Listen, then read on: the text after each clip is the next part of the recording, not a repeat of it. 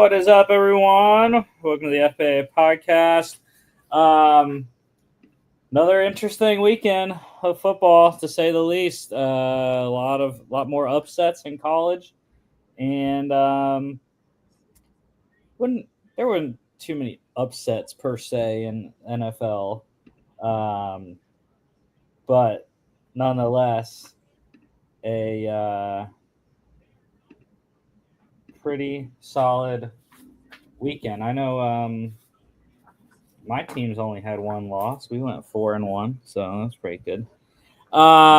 Let's roll through college football really quickly. I'm going to try to go quick at least. Cal, on Friday, we had a quadruple header. Cal getting it done 46-36 over Wake Forest. Fernando Mendoza was fantastic.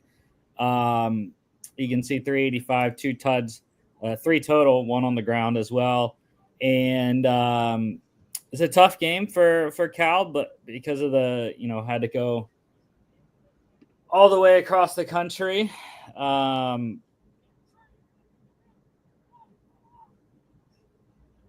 yeah, it was a good win for Justin Wilcox's squad as they are one game out of bowl eligibility here. My defensive player of the game, I'm going to go with the touchdown scorer there. Cal defensive back Miles Williams, 8 tackles, 6 solos, 16-yard fumble return touchdown.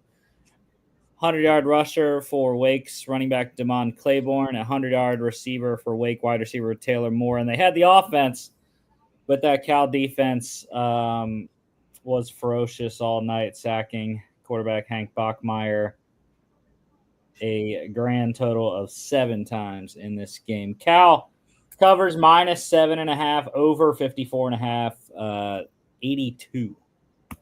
Okay. A lot lower scoring game in this one. UCLA 20-17 over Iowa, upset. And yeah, I never would have picked Iowa had I known they're freaking. They would have ended up playing their 5th string quarterback. So Brendan Sullivan started the game. He has been their normal starter because Cade McNamara was out once again. However, their 3rd and 4th string quarterbacks are injured right now, as well as Cade McNamara. So they were dealing with their backup and their 5th stringer, and Brendan Sullivan got knocked out of this game. In comes Jackson Stratton. They really couldn't throw the ball at all. The UCLA defense was fantastic all night, stopping Caleb Johnson a ton. And you can see they're 2.7 yards per carry, very, very much lower than what he's used to in this season. And they also, the UCLA defense had 3 sacks, 8 tackles for loss. So great play by the Bruins at home here. Also got a good game from TJ Harden, their running back, 125 on the ground. 6.3 per clip, and defensively, I'm going with the guy that had 2 picks. The 2 that Brendan Sullivan threw. Carson Schlesinger, the linebacker for the Bruins, 7 tackles, 5 solos, 2 picks. UCLA plus 6.5 wins outright under 44.5. I hit the over. Memphis, close one, 27-20 over Rice, trying to keep in the AAC championship conversation. Rice coming off the big win last week over Navy. And, they almost took down another AAC contender here, but almost is not good enough in college football. Seth Hennigan really didn't do a ton. They relied on the ground game. Mario Anderson Jr. had a massive game, 144 on 25 carries and a touchdown. His teammate Brandon Thomas also scoring on the ground. And defensively was not a ton of stats. I got to go with Rice, though. Corner Sean Fresh, 2 tackles, both of them solos, 2 pass defense, and a pick. Rice plus 7.5 covered by the hook under 50.5. The Lobos got it done for you and John on Friday night, Jimmy. I knew it. New Mexico 21-16 over San Diego State. Well, it was okay, though, because I had Memphis plus the under in this game in a little 2-legger that hit. The under hit by a mile in this game. really not a lot going on. Eli Sanders, the ground game for UNM was fantastic. You can see the quarterback, Devin Dampier, 17 carries, 127 yards by himself. Eli Sanders was fantastic. 16 carries, 173 yards, 10.8 yards per carry, 2 touchdowns. He had, I think, 3 long runs that contributed to that. Both of the touchdowns were from distance. Marquez Cooper did a great job on the ground as well for the Aztecs, albeit at a lot less per clip. 35 carries, big workload, 123 yards, though, just 3.5 yards per carry there. Did have a receiving touchdown. Defensively, I'm going to go with UNM linebacker Randolph Kapai. 15 tackles, 10 solos, 1 sack, 1 tackle for loss, 2 pass defense. The Lobos plus 1.5 went outright under 65.5, only 37 in that one.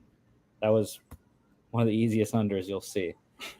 On Saturday, number 2 Ohio State shutting out and crushing Purdue 45-0. This is the game that you need to play against a Purdue type of team, and Ohio State did. Will Howard, fantastic, 4 touchdowns, 80.8% completion. Julian Sayin, unfortunately, the freshman transfer in from Alabama, not good in his little bit of work at the end of the game. 0 for 4 passing. Did have a 19-yard run, though. Buckeyes got the ground game going. You see Travion Henderson, 14.2 yards per carry on his 6 carries.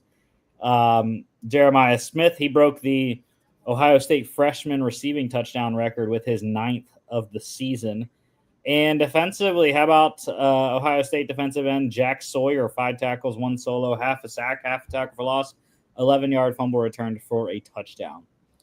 Ohio State minus 37.5 covered under 55.5. The upset of the weekend, Georgia Tech taking down number 4 Miami 28-23 in Atlanta. Yeah, this one, I said about this on Friday, man. This one was one of those ones where I'm like, I don't know. It could happen. Georgia Tech's not a bad team. And Brent Key had a great game plan. They went in. They played good defense. They took away Xavier Restrepo most of the day. Did end up with a decent line, 4 for 78 and a touchdown. But the pass rush was outstanding for the Yellow Jackets. And that's what ended the game. They, strip sacked Cam Ward with 1:36 to go, and then they got the first down that they needed to run the clock entirely out. 3 sacks on the day for the Yellow Jackets, but if we had quarterback hits on ESPN's app, I don't know if they do quarterback hits in college or not, but I know they do pressures, but that's just, you got to go to PFF to get those. Yeah, and Cam Ward, he did have a decent stat line, 348, 3 touchdowns, did have the fumble at the end, just 64% completion, though, much lower than where he had been, and dropped all the way to 4th now in the Heisman rankings in terms of odds. But Haynes King was good, completed all 6 of his passes, great running the ball. It was questionable on whether he was going to be able to play in this game, but did, and then they got the freshman, Aaron Philo, as well, playing some good ball in limited work there. Jamal Haynes got injured in this one, but ended up with a big, long touchdown run early in the game. And defensively, like I said, it was all Georgia Tech. I'm going to go with Miami, though, in terms of the stats. There wasn't a ton of guys that accumulated a ton of stats.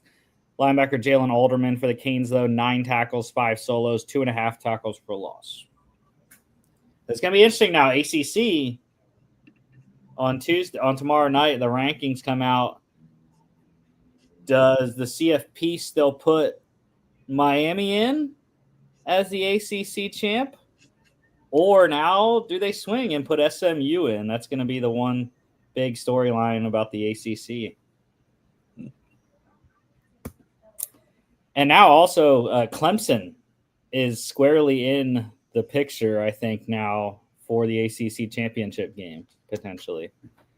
Number 5, Texas, 49-17, butt whooping of Florida. Love to see it. Hook 'em.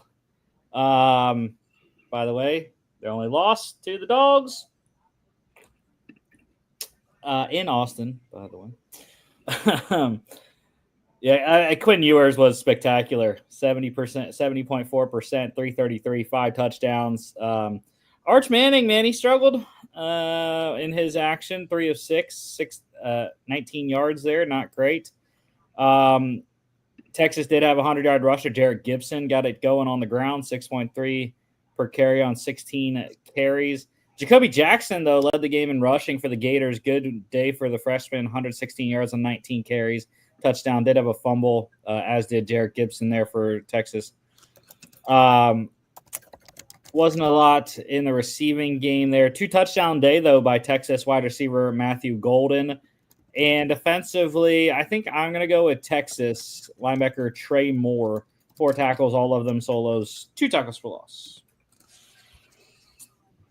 Texas minus 24.5 covered, over 48.5. Horns by themselves. Yeah, we're going to skip this one. We're going to skip it. Yeah. Number 16, Ole Miss, 28-10 over number 3, Georgia. And yeah, I mean, this was the worst case scenario for Georgia here. I mean, everything worked against them in this game. You know, it started out very nicely. 7-0 for the Dogs. Got an interception off the pressure of Jackson Dart, and he got injured on that play as well. But then, like, after that, it was like, dude, what are we doing? Like, they did stop the run most of the night. You can see that Ulysses Bentley was actually Jackson Dart was Ole Miss's leading rusher. But Ulysses Bentley, the leading non-quarterback there with only 28 yards. What Georgia couldn't do after that first drive was run the ball either. Nate Frazier, they're decent, shade under 4 yards per carry there. But it really turned into a passing game whenever Ole Miss got up so much. And, I mean, you got to give credit to the Georgia defense. I mean, they continued to keep them to field goals and get somewhat of a stop, some momentum every time, but eventually the dam broke and they just couldn't do it anymore. And Carson Beck, I mean, it's concerning on his part, but this was not Carson Beck's issue. The offensive line didn't protect him all night. And like I said, they couldn't really run the ball, so there wasn't a ton of balance in the offense. Sacked 5 times, 9 tackles for loss, 5 passes defensed as well. I think 3 of those were at the line of scrimmage, or maybe 4 deflections. So yeah, I mean, it was a terrible night all around, and it doesn't get easier. I'll be down in Athens this weekend for the Tennessee game, and we'll talk about Tennessee in a second. But I am concerned, though, that there is a legitimate shot that Georgia may not make the playoff this year. What I will say, though, is what I just mentioned last game. Georgia has the best win in college football right now, beating Texas in Austin. Some people may say Oregon beating Ohio State, but that was in Eugene.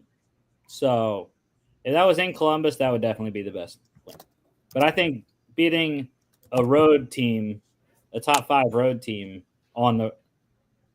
beating a top 5 team on the road is a better win than beating a top 5 team when you're at home. So that is one thing that Georgia has going for them. Also, what they have going for them is that Alabama is playing very good football right now, and that is one of their other losses. So, and it was a close loss in Tuscaloosa. I think that those 2 factors will keep Georgia in for now. We'll see what they can do against Tennessee. Yeah, Yeah, I think I pretty much broke down all the stats here. Wasn't a ton statistically, except on the defensive side of the ball. I mean, Jared Ivey was a monster. Him, Princely Uman Milan, their other defensive end, Santarin Perkins as well. But Ivy is my defensive player of the game. 7 tackles, 5 solos, 2 sacks, 2 tackles lost, 2 pass defense.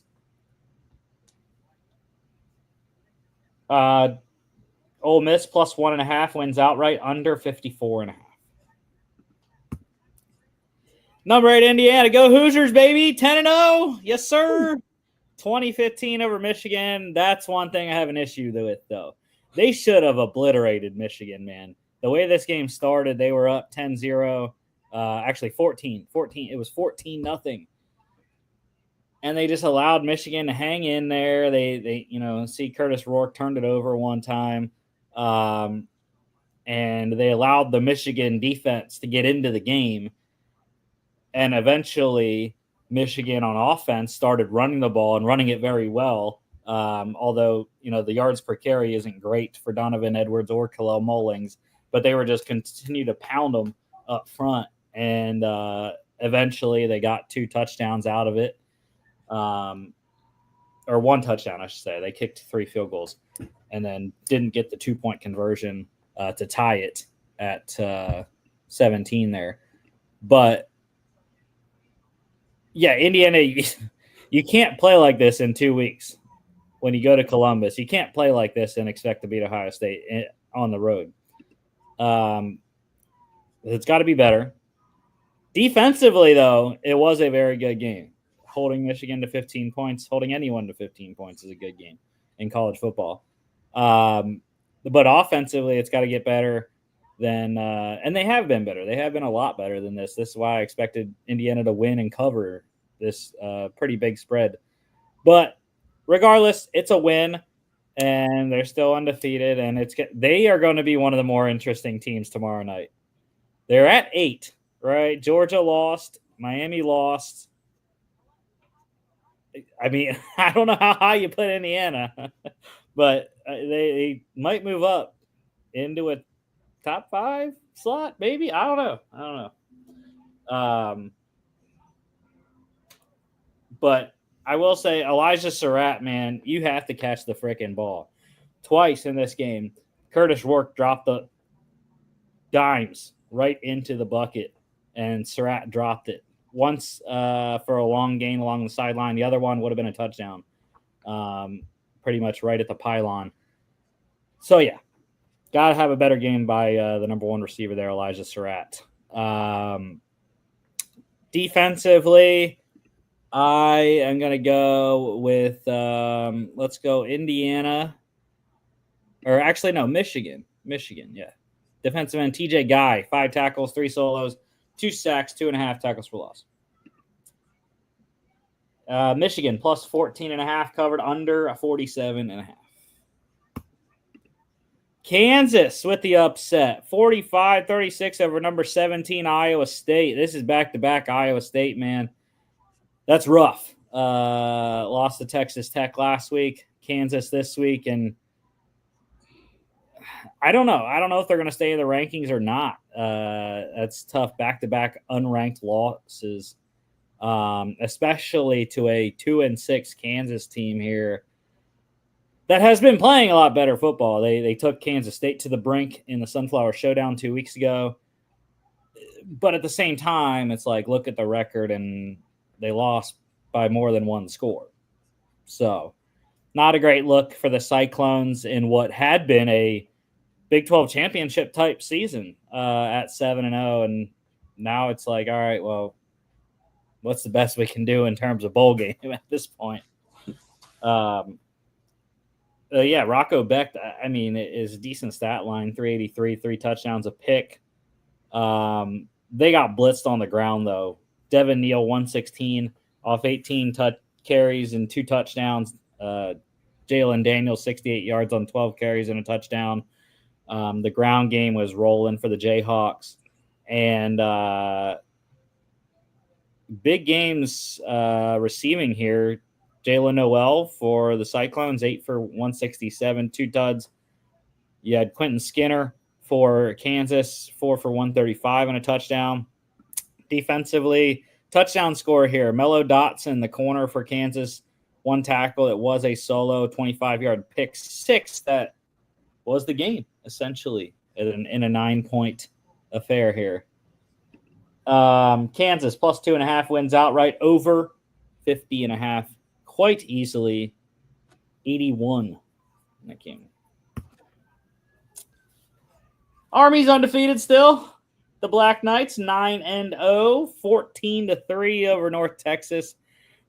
I feel about this game as I did about the Indiana game, man. Army should have really beaten North Texas by a lot more, especially with their leader back. Bryson Daly did his thing, though. They didn't win by 11 points just because of him, or only by 11 because of him. Because based off his stat line, they should have blown him out quite handily. Passing, they didn't do a lot, just 50%, 2 of 4, 15 yards and a pick. Running the ball, this dude is just ridiculous, though. 36 carries for the quarterback, 153 yards, 2 touchdowns. Yeah, and Kanye Udo fumbled, so the turnovers in this one were the reason why it was close, although Chandler Morris did give it to the Army defense twice on interceptions. So not a lot of other stats to talk about. Defensively, I'm going Army. Safety Max DiDomenico, 9 tackles, 7 solos, 2 pass defense. Army did cover, though, -6.5, under 66.5. That was close. It was close. 17. Yeah, number 23, Clemson, 24-14 over Virginia Tech. This one got scary, man. It was a close one for the Tigers, but like I said, this was the other game. I mentioned about the Georgia Tech thing. This was the other one where I was like, I don't know, Virginia Tech. You go into that stadium, they play Enter Sandman, and then all hell breaks loose after that. And it almost did for Clemson, but they got out with a 10-point victory. Cade Klubnik, pretty decent, under 50%, but still threw 3 touchdowns, did have an interception. Kyron Drones was back for this game. They got Drones and their running back, Bashal Tootin, back. Neither performed even close to well. Drones, 9 of 20, 45% passing, through an interception and a fumble. The running back, Bashal Tootin, 4 carries for 0 yards. I mean, I don't know why he didn't touch the ball more. I don't know. I wasn't watching this one. I don't know if he got dinged up after, those 6 touches that he had with the 2 receptions in there as well. But leading rusher being Colin Schlee, the backup quarterback, where he didn't play good at either. Yeah, 41.2%, 73 yards, touchdown, a pick. It was a rough day on the ground. The Clemson defense did a great job of shutting that thing down. Phil Maffa was probably the offensive star of the game. 128 yards on 26 carries there. Very good day for him. And defensively, I mean, this one was all defense. I'm going to go on the losing side for 2 players here. Virginia Tech linebacker Keontae Jenkins, 7 tackles, 4 solos, a sack, 3 tackles for loss, 2 pass defense. And how about Tech safety Quentin Reddish? 1 tackle, it was a solo, and a 77-yard blocked field goal return for a touchdown. Clemson did cover -6.5, under 54.5. Number 20, Colorado is 7-2, 41-27 thrashing of Texas Tech. And Colorado now, Logan's favorite team. They are, it seems like they are on their way to a Big 12 championship berth here in the last couple of games. They are definitely in the mix for sure. They are, let's see. Yeah, they're right there. They are the only team with 1 loss in the Big 12 conference play. BYU undefeated still, but everyone else has more than 1 loss, and is a big one that Iowa State lost because of, that fact. And Kansas State, Arizona State, West Virginia, all the 2-loss teams that are praying that Colorado loses another one so they can have a chance at it. But Shedeur Sanders, really good, just under 70%, 291, 3 touchdowns, a rushing score as well. Baron Morton, it was a tough day for him against the Buffalo's defense. 3 turnovers, an interception, 2 fumbles. Taj Brooks had another great game for the Red Raiders, though. 31 carries, 137 yards, a touchdown. Also 3 catches for 37 yards. 100-yard receiver, Josh Kelly for Texas Tech, 8 for 106. Travis Hunter, just under 100, 9 for 99 and a score. The one thing, so Travis Hunter, after this week, jumped up. He is now number 1 in terms of odds for the Heisman. The one thing I don't like, so, okay, he had almost a 100-yard game in this one and a touchdown. He didn't do anything on defense. He didn't have a tackle on defense in this game. So that's why I don't like that Travis Hunter is number 1 now in the odds on the Heisman, because compared to the other people, in the race here, that was the allure of Travis Hunter, was that he was this great dual threat guy playing on both sides, but he didn't have any stats on defenses. And also, if you take away Travis Hunter's defensive stats, right, he's not a Heisman guy. When you look at his receiving stats alone, I mean, it's not that cool. 69 receptions for 856 and 9 touchdowns.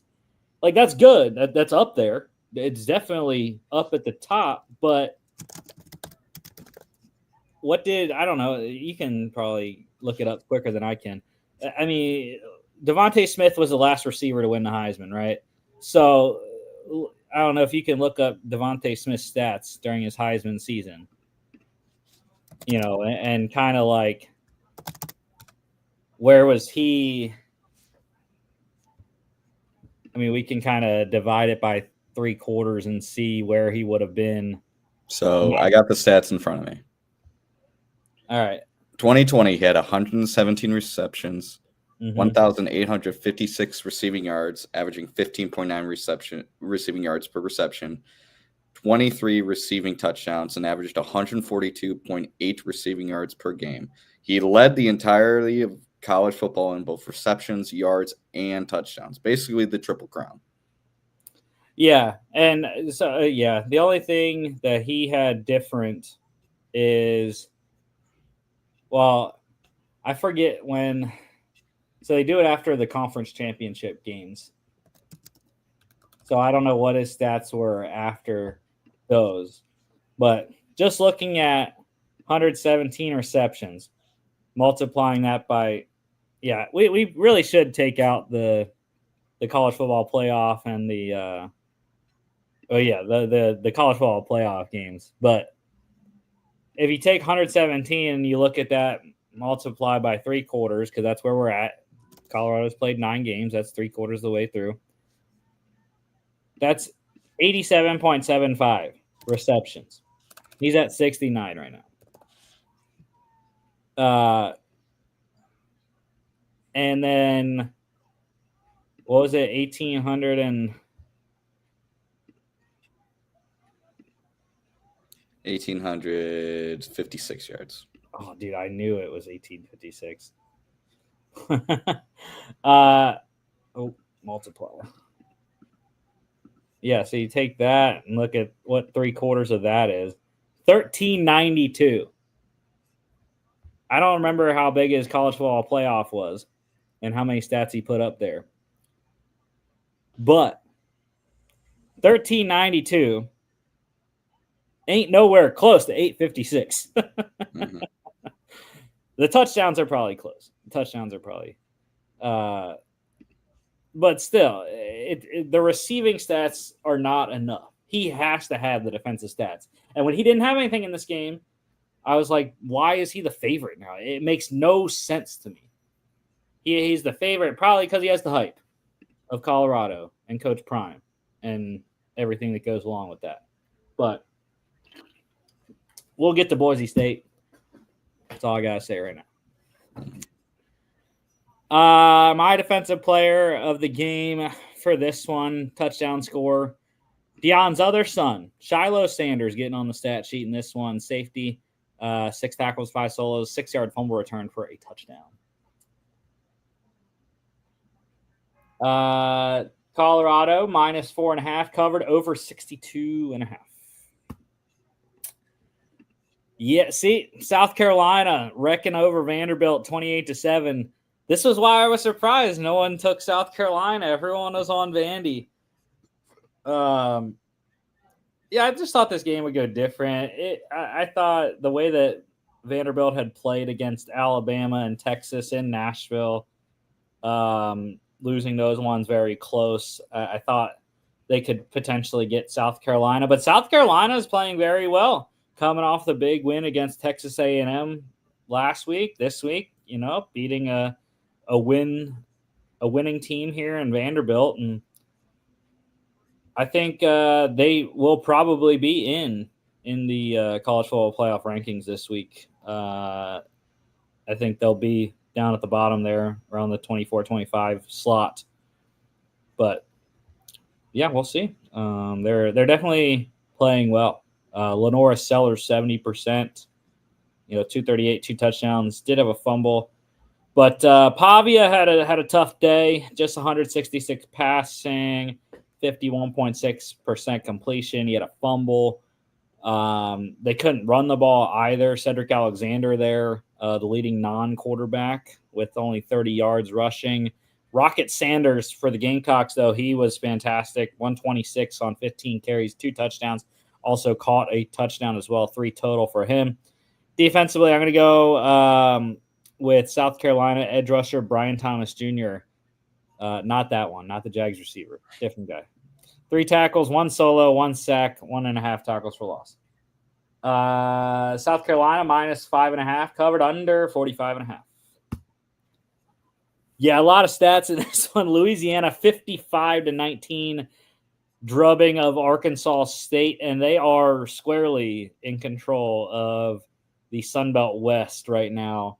I think they will win the Sun Belt West, unfortunately, for your Texas State Bobcats. But they have the head-to-head, so they essentially need Louisiana to lose 2 in the last 3 games in order for Texas State to get in. But there wasn't, the quarterback play wasn't outstanding. They had a great running attack, though. Draylon Washington, he has had back-to-back excellent games for the Raging Cajuns. 8 carries, 123 yards, 2 touchdowns for him. Bill Davis also scoring twice on the ground for UL. And they ran, let me see here. I think they ran for 300 in this game. It was just complete domination in the trenches here for Louisiana.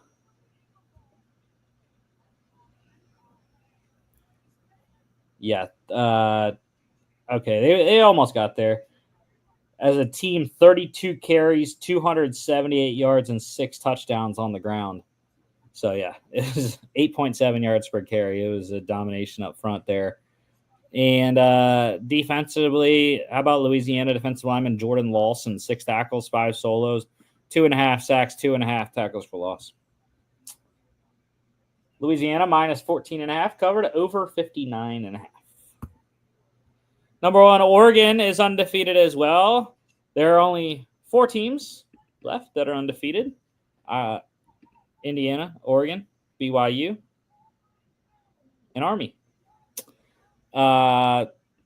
Beating Maryland by 21, 39-18 here. And, yeah, this was a game where Dylan Gabriel's Heisman took a little bit of a dip, only 183 yards. Did throw 3 touchdowns, but you need the yards, man. Although Dylan Gabriel is the all-time record leader now in terms of passing touchdowns. He passed Case Keenum's record when Keenum played at Houston. So congrats on that. And you're playing for the number 1 team in the country. So yeah, we'll see. Everything's going well with Oregon.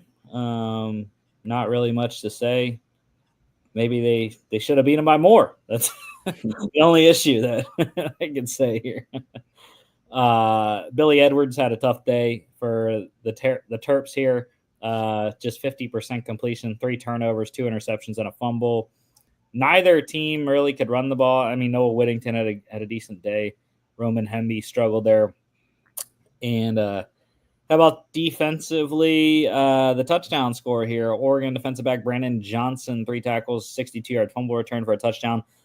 Jordan Birch, though, he had a hell of a game as well for that Ducks defense. 3 tackles, a solo, a sack, tackle for loss, 2 pass defense, and a 36-yard run for the big man up front. Maryland did cover, though, plus 24, under 57.5 by the hook. Number 7, Tennessee, 33-14 over Mississippi State. This was another one where it's like, maybe they should have beat them by more. But they beat them by more than Georgia and Texas did, I believe. So that's one thing that Tennessee has going for them. Tennessee is another interesting one. Like I said about Indiana, so they're at 7, right? 8-1. They're going to Athens this weekend.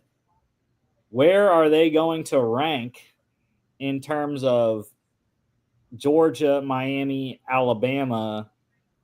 It's going to be something to watch tomorrow night. The top 10, I think, is going to be the top 12, I guess, because that's the playoff. But it's going to be some interesting shuffling to see what the playoff committee thinks of some of these teams. There's a big storyline, though, this week with the Vols coming to Athens. Will Nico Iamaleava play? Because he got hurt in this one. Gaston Moore had to come in. Luckily, the game was already in hand at that point. They got another great game from Dylan Sampson, 149 on 30 carries, touchdown. Did have a fumble. But, yeah, that's the number one thing to watch this week is will Nico play? So, yeah, the watch. We'll have to see that. 100-yard day, though, for Mississippi State. Running back Devon Booth as well. 20 carries, 125, a touchdown. 100-yard receiving for Tennessee wide receiver Dante Thornton Jr., 3 for 104 and a score. Defensively, I am going to go with Tennessee linebacker Arian Carter.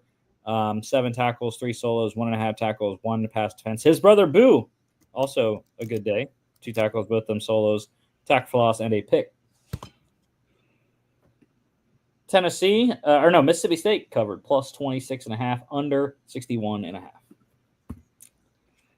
Yes, sir. Notre Dame, number 10. Notre Dame just obliterating Florida State, 52-3. Riley Leonard had a good day. 3 total touchdowns, 1 through the air, 2 on the ground. Steve Angeli even came in, threw a touchdown. Brock Glenn, 2 interceptions for him. Paul Tree, 27.8% completion. The Irish were able to run the ball like they have been all season. Riley Leonard was 70 yards. Darian Price, 95. Jeremiah Love with another 19 and a touchdown. Defensively, great day for the Notre Dame defense. Dude, Riley Mills has been balling all year. I know he only has 6 sacks, and he got 3 of them in this game.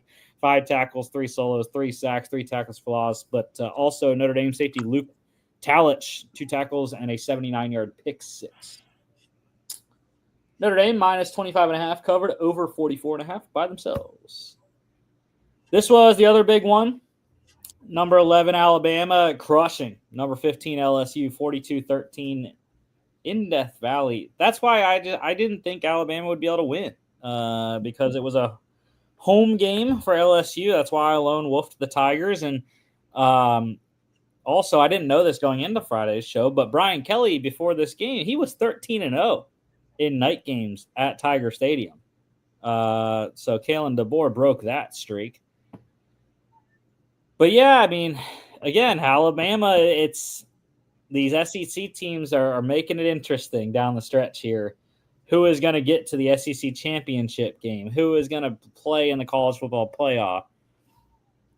It feels like there's going to be a lot of SEC teams, but will there? Will there actually be? That's the thing coming down. And yet the SEC race is crazy as well. Now just 3 teams with 1 loss: Tennessee, A&M, and Texas.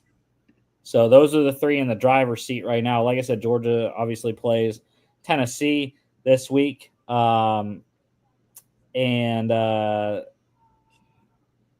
yeah, I mean, I think really A&M and Texas are locked.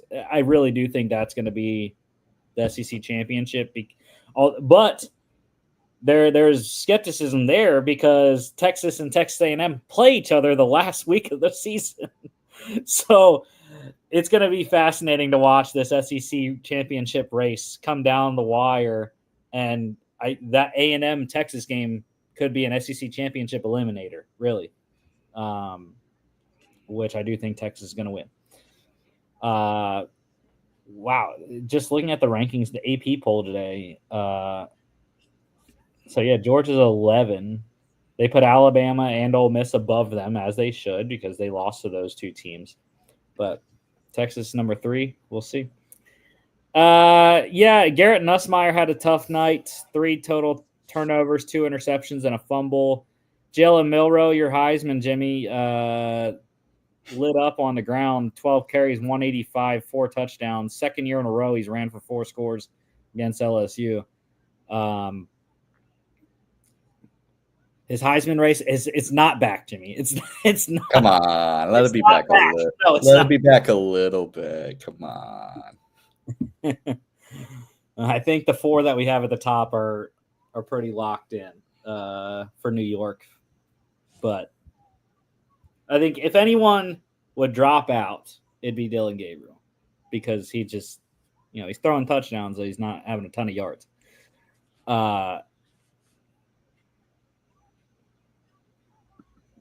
Defensively in this one, Alabama linebacker Jihad Campbell, 12 tackles, 6 solos, 1.5 sacks, 3 tackles lost, 1 pass defense. Alabama minus 2.5 covers easily, under 57.5. I had the over, man. The over should have hit in this game. 55. so close. Needed a field goal. Number 24, Missouri, 30-23 over Oklahoma. This one was close, and you stuck with the Tigers, Jimmy, and they brought you through. Yes, they did. I believed. I did not believe in Drew Pine, and he threw 3 touchdowns on an otherwise not great night. Jackson Arnold had an interesting one. Not very good passing at all, just 74 passing yards. Did have 45 rushing, but he fumbled it twice.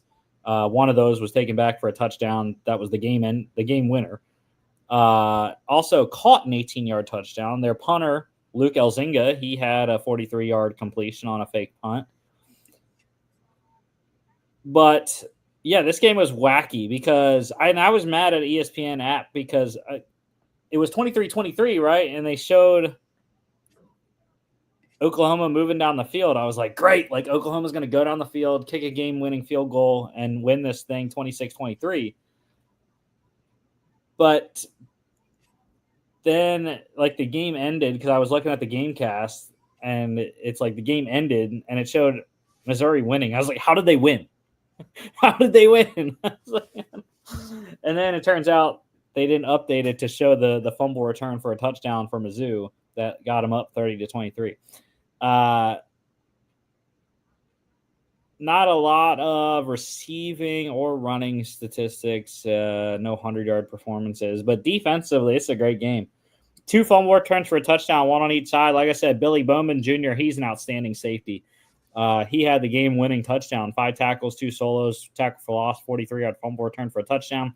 On the Missouri side, defensive end Zion Young there, 1 tackle, a half a sack, half tackle for loss, pass defense, and a 17-yard fumble return for a touchdown.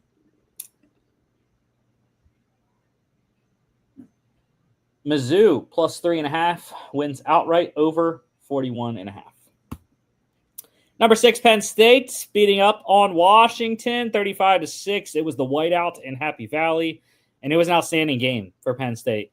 A game that they needed. They needed to, reset after the Ohio State loss, and that they did. Drew Aller was very good, 71.4%. Did throw a touchdown. They had the running game going there. Katron Allen just short of 100. And Bo Prevula even got an 8-yard touchdown run during his time in the game here. And it was just fantastic defensively, offensively, special teams. Ryan Barker hit a couple field goals. It was just really good to see Penn State back at it after the loss to the Buckeyes. Will Rogers benched in this game. Very accurate, 76.9%, as he has been most of his career, but just 59 yards, did throw an interception. Damon Williams Jr., the freshman, the redshirt freshman, not the greatest. He got them a couple field goal drives there to get them their 6 points. Tyler Warren was outstanding. 8 receptions for 75 yards. Not the leading receiver. Harrison Wallace was that guy, but very good game for Warren. Also carried the ball 3 times for 7 yards, 2 rushing touchdowns. 0 for 2 on his passing attempts, though. Wish he could have got some passing yards in there. Defensively, dude, Abdul Carter, he's a beast. He was a beast against Ohio State, even in a loss. He was another beast, had another 2 sacks, 4 tackles for loss to go along with 6 tackles, 5 of those solos in this game. Penn State, minus 13.5, covered under 48.5. Number 12, Boise State continues the win, 28-21 over Nevada. And this was, if Boise plays like this, man, they are going to get rocked. Absolutely rocked in the college football playoff against whoever ends up being the number 5 seed. It's just not good enough. Maddox Madsen had been coming off 2 straight very great throwing games, and he struggled in this one. Nevada really put the clamps down, got pressure on him a ton in this game. 45%, just 119, a touchdown, interception. Did run the ball well, 8 carries, 58 yards. But it's just stupid play calling as well. When you have a guy like Ashton Jeanty, they were lucky that the interception Maddox threw on the goal line was called an incomplete pass. And then Jeanty ran it in for a touchdown. But it's just stupid play calling like that. Like, you have a guy that's a Heisman candidate. Run the freaking ball when you're in goal-to-go situation, especially inside the 5-yard line. It's just stupid to outthink yourself and throw the ball. Ashton Jeanty, this was the game he needed to have to vault up and continue to be in that conversation. 34 carries, 209 yards, 3 touchdowns. Did have a fumble, unfortunately, but 2 catches for 12 yards. And this was what I said on Friday, 203 touchdowns. That's the kind of night he had to have, and that's the night he did have. And that is why he is now second to Travis Hunter in the Heisman odds. 2 fumbles for Sean Dollars, the Nevada running back. Tough night for him. And defensively, I got to go with Boise defensive end Jaden Virgin Morgan. He's having a great season. 3 tackles, all of them solos, 1 sack, 2 tackles for loss. Nevada plus 23.5, covered easily under 60.5. Virginia with the upset. UVA is 5-4, 24-19 over number 18 Pitt. And I have to believe Pitt, just like Iowa State, maybe out of the rankings at this point, back-to-back losses. Anthony Calandria, not great. 2 interceptions on the day for the UVA quarterback. Eli Holstein, the quarterback play for Pitt was horrendous. Holstein, 43.5%, and just 121. Nate Yarnell came in for him, 33.3%, 2 picks to go along with touchdown and 44 yards. Not great there. They did run the ball a lot better than last week, but it just wasn't enough. 2 touchdown day for UVA running back Xavier Brown, and UVA was really able to run the ball efficiently in this game. There's a lot of defense. I am going to go with, let's see, who do I want to go with here? I'm going to go with Pitt, linebacker Braylon Lovelace, 9 tackles, 4 solos, sack, 2 tackles for loss. Virginia plus 7.5 wins outright under 56.5. Number 9, BYU. The Cougars are still undefeated, 22-21 over Utah. I watched this game, and it was very stressful as someone rooting for BYU. I mean, I had BYU spread, so they didn't cover, but I was still happy they won because I have my Big 12 championship future for the Cougars. So it was a very tough game. Logan lone wolfed Utah, and they almost got it done. BYU down in this game late, and the drive by Jake Retzlaff was just outstanding. BYU down 21-10 at halftime, 12 unanswered points in the second half, including a 44-yard game-winning field goal with 3 seconds to go for Will Farron. I mean, the scrappiness of Jake Retzlaff all night. He got pounded. The Utah defensive line, there was pressure in his face seemingly every pass play. 3 sacks, 9 tackles for loss, 9 pass defense as well for this Ute defense. Jake Retzlaff, 45.5%, 219, a rushing touchdown. Utah, I was shocked. Isaac Wilson didn't start this game. It was Brandon Rose who played this game for Utah, 57.1%, 112, 2 touchdowns, an interception, ran the ball well, 55 yards on 7 carries. 2 touchdown day for Utah. Tight end Brant Keithy, 4 catches, 23 yards of receiving score, 2 carries for 2 yards and a rushing touchdown. 96-yard kick return touchdown for BYU's wide receiver Keelan Martin. That was the first touchdown for BYU. Got him back in the game, 10-7 there. Defensively, like I said, there was a lot of good defense in this game. I'm going to go Utah linebacker Karene Reed. 8 tackles, 3 solos, sack, 2 tackles for loss, and a pass defense. Utah plus 3.5 covers over 40.5 by a bit. Number 21, Washington State, the nightcap, 49-28 over Utah State. And dude, my guy John Mateer balled out. 5 total touchdowns, 75% completion. Not a lot of yards, but 4 passing touchdowns, 1 rushing. He was efficient all night. Got a lot of help from Wayshawn Parker, the running back there for the Cougs. 11 carries, 149, 2 touchdowns. And, I mean, it was just a complete offensive night for Washington State. And why they're definitely a threat, I would say, to make the college football playoff, even though they can't get a conference championship this year. I mean, if they run the table at 11-1 and continue to dominate offensively like this, I mean, it's going to be tough to not put them in over a 2-loss team. I don't know.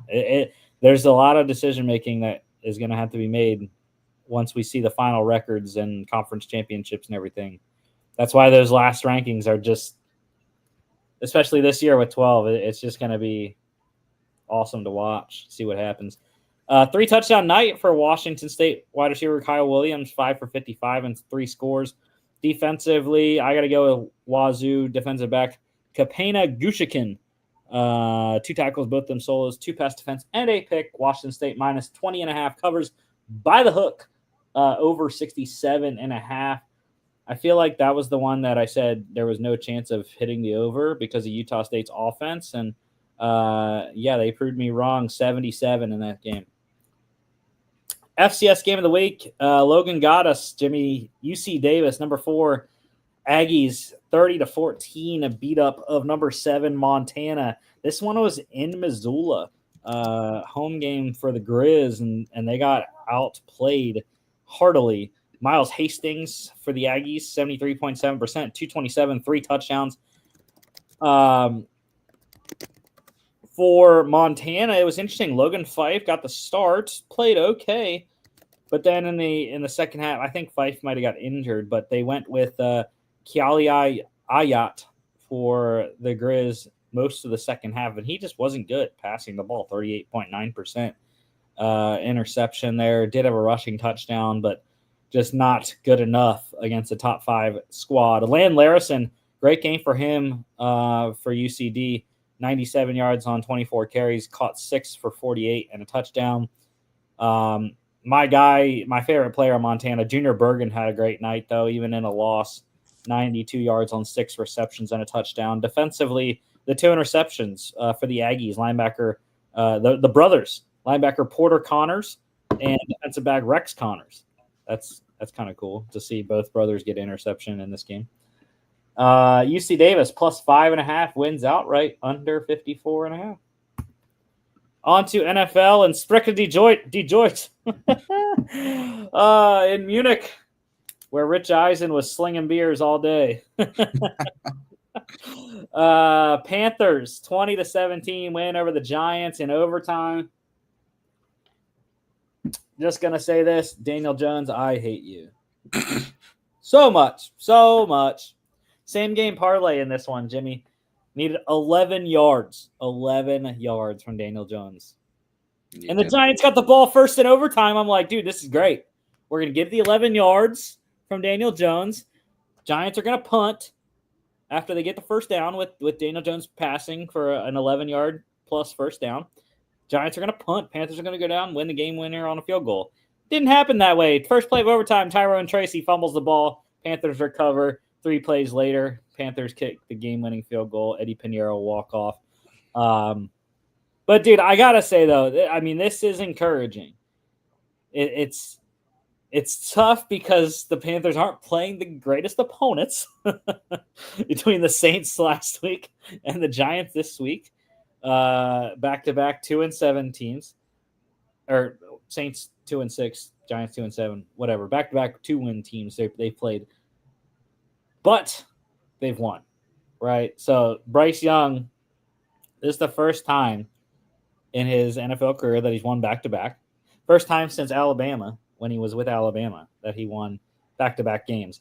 So there are encouraging signs for this Dave Canales team. And again, the stats aren't great for Bryce Young.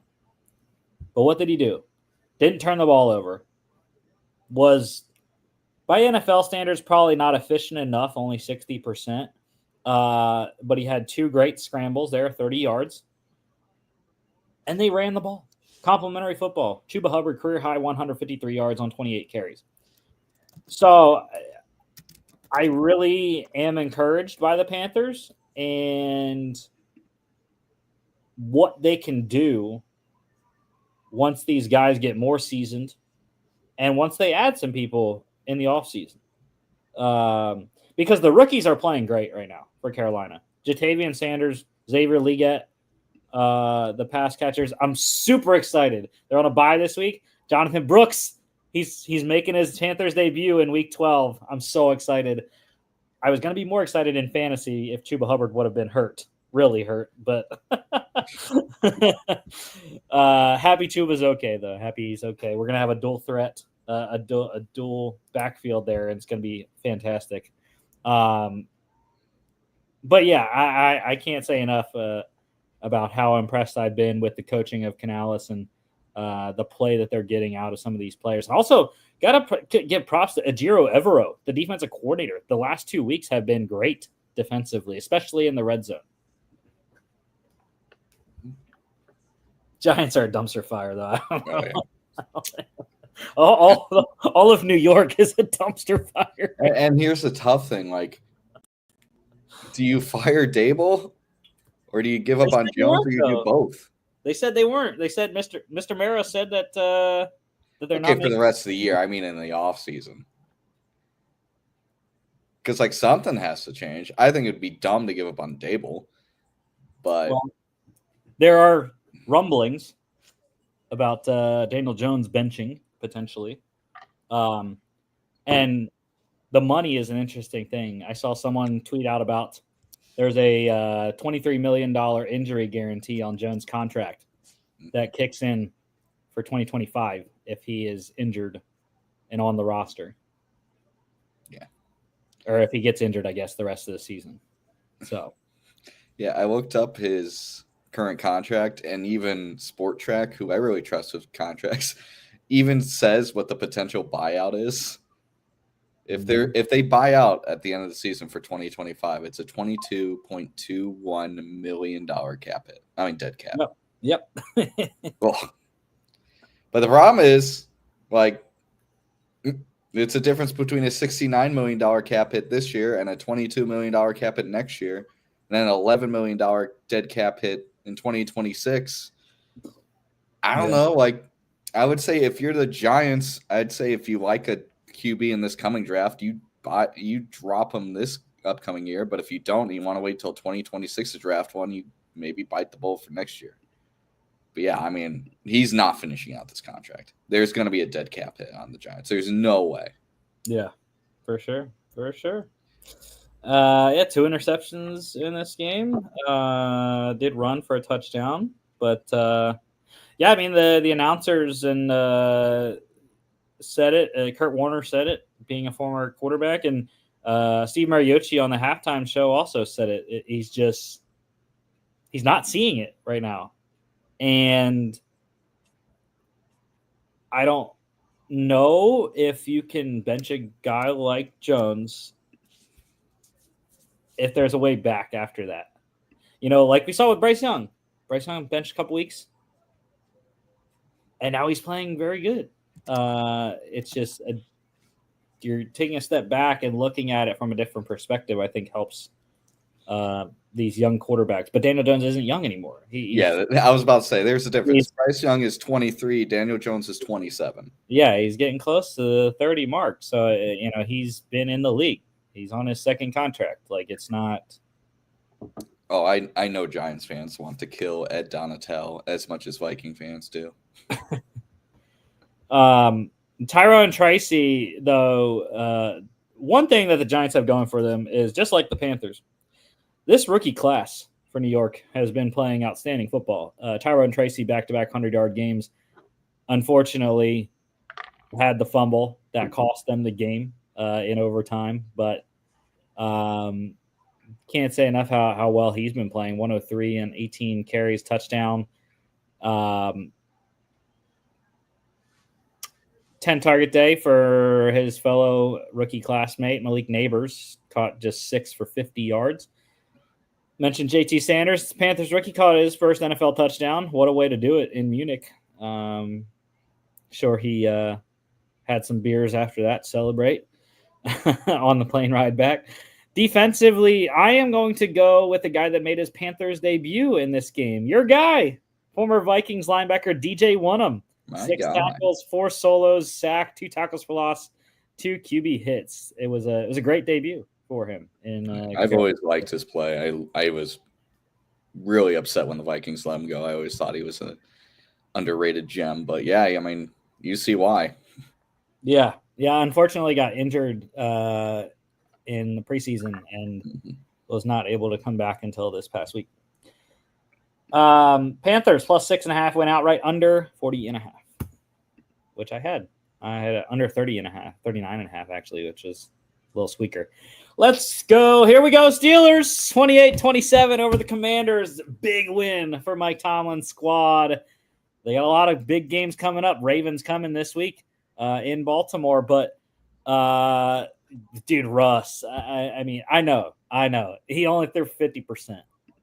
But he threw 3 touchdowns, including his signature moonball to Mike Williams for the win. And then Pittsburgh did what Pittsburgh does and shut it down defensively, getting some help with the officials and the replay call on Zach Ertz there. But, yeah, I mean, this is winning football, and Steelers have it right now. And then I was overjoyed with how Russ reacted when they got Washington to jump on 4th and 1 and they got the first down to win the game. He was just over ecstatic. And yeah, I mean, Russell's having fun. He's having fun again. That's what winning football does for your team. You get to have fun. And they're playing good ball. Najee Harris, not great, just 2.5 yards per carry, but Jalen Warren really stepped up in this one, 66 yards. And, of course, Pickens had another great day, a fantastic touchdown, one of those signature George Pickens catches. But, yeah, I mean, everything's going with Pittsburgh right now. And if they can win in Baltimore, I think a lot more people will be talking about the Steelers because They'll be a game up. They'll be a game and a half actually up in the division with a win over the Ravens, and we'll see. Everything's going well in Philadelphia, in Pennsylvania right now, man. Eagles 7-2, Steelers 7-2, both division leaders. Penn State's 8-1. Looking at the college football playoff, it's going good. And for Washington, I mean, this is a tough loss, but I really think the Steelers could have won by more. They gave him that touchdown, which, my God, James Pierre, catch the frickin' ball. It was not a bad ball by any means from Miles Killebrew. You just got to catch the damn ball on the punt, on the fake punt, man. You're wide open. So that spotted Washington 7, and I mean the Pittsburgh defense. It's what they've been doing all year. Scary Terry had a good game. 113 on 5 catches on 6 targets there. 2 touchdown day for Austin Eckler and O'Brien Robinson again for Washington in this one. And I mentioned Mike Williams caught a 32-yard score, the game-winning touchdown on his only target. He said he didn't even know the route. He said he had never ran that route before. No, I know Aaron Rodgers is pissed at that. But dude, I mean, you look. Pittsburgh had the most production out of all of the trade acquisition guys this week. Mike Williams caught the game-winning touchdown. Look at Preston Smith, man. He had a sack, 2 tackles for loss, QB hit in his first game as a Steeler. So Omar Khan, man, he hit gold after one game, anyways. Yeah, and what was it? All he gave up was like a 5th and a 7th round pick for these 2 guys. I mean, that's like you give up 2 very late day 3 picks. You're living large right now for this kind of production. Yeah, Preston's not even my defense player of the game. Cam Hayward here, he had a fantastic day. 2 tackles, both of them solos, 2 sacks, 2 tackles lost, pass defense, and 2 QB hits. Steelers plus 1.5 went outright over 45.5. How about the Chiefs? Chiefs are 9-0, 16-14 over the Broncos, and they just find ways to win. Dude, that devil magic, it's insane. Blocked field goal by Leo Chenal to win the game. Yeah, I thought for sure the Broncos were going to win. I was watching it on the Gamecast on ESPN app, and I was like, oh, okay, dang, Bo Nix got him down in field goal range. Kansas City's done. Miami Dolphins popping their champagne here. But no, they're not because of Leo Chenal. And even if he wouldn't have blocked it, there were multiple people that had a chance at it. Yeah, that was a poor lineman play by the Broncos special teams. Yeah. That was horrendous. But good thing for Denver is that there were a lot of other AFC teams that lost, and they're still in the 7th seed. So they're still there. Dude, the AFC wild card picture is, oh my goodness. It is ugly. Bad. like after the Broncos are the last 500 team in the AFC, and they're in the 7th seed. The next team is, well, it depends on the Dolphins tonight. The Dolphins, I believe, will be the next team. Or no, actually, no, it's the Bengals. The Colts and the Bengals at 4 and 6 are the next teams out. Those are just absolute powerhouses right there. And then after that, if the Dolphins would win tonight, they'd be 3 and 6, and they would be the next team after that. So, yeah, it's pretty much a almost guarantee win for the number 2 seed, whoever makes the 7 seed, which right now is the Buffalo Bills in the 2 seed. Yeah, I mean, Mahomes, again, didn't play outstanding. I mean, there was nothing fancy about his stat line. The Broncos defense did a good job most of the day. Bo Nix, again, I think it was a very good game for Nix. Efficient. That's what he does. And didn't turn the ball over. They got a good game from their rookie running back, Aldrick Estime. How about Kareem Hunt? This one was funny. Kareem Hunt, 10 targets, caught 7 for 65. When's the last time Kareem Hunt caught more than like 3 balls in a game? Yeah, I don't know. I don't. Again, the devil magic. A good player comes to Kansas City and they just unlocked something. Travis Kelce caught a touchdown. One of his 12 targets, caught 8 for 64. And defensive player of the game, I mean, it's Chenal, but Zach Allen for the Broncos had a great game. 4 tackles, solo, sack, tack for loss, 1 pass defense, 3 QB hits. Broncos did cover plus 7.5, under 41.5. All right, Jamie, we're skipping this one. Yeah. Vikings 12, Jags 7. Go. Remember that 3-0 Raiders game last year? Same vibe. It was just, I didn't know. It was so bad. I knew it was going to be just weird. I didn't even watch the game. I followed along on my phone. Like, I haven't watched a Viking game in 2 weeks because I just have been so frustrated with them. It's just not good for my health to watch them. But like, I was just following along on the phone, and like every time they'd get in the red zone, you know how like with the score, that's the app I use. It always takes forever when there's a like scoring play or an interception or turnover to update. They got in the red zone or like very deep in the Jacksonville territory. I'm like, all right, it's taking a while. That must mean big play. It's an interception. I wish. And it's like, oh, it's an interception. They do it again. I'm like, oh, that's not an interception. It's an interception this time. It was butt ugly. And I mean, I said in the chat, you win these games and you're like, thank God we won, because I do not want to know what my mood would have been like if we lost. Because winning butt ugly games is hell of a lot better than losing butt ugly games. And this was just one of them. Shout out Cam Bynum with the greatest interception celebration I've ever seen. That was probably the only highlight of the game, I would say. And Parker Romo, what a dog he is, came in and just 4 for 4 on field goals. Longest was 45 yards, I believe. So, yeah, I mean, no touchdowns for the Vikings. The only touchdown that was scored was on the very first Jacksonville drive, and that was it. Good Lord, Mac Jones, QB sneak. Good Lord. How do you do it? And I was pissed because I had ETN in my lineup this week because of buys and injuries, and he stole one because they freaking ruled ETN down at the 1 yard line after review. But yeah, I mean, yeah, this was a dumpster fire for the Vikings. I mean, this Jacksonville team had nothing going for them. I don't know. I think it's a 5 or 6 game losing streak, something like that, coming into this game for Jacksonville. And the Vikings should have completely demolished them.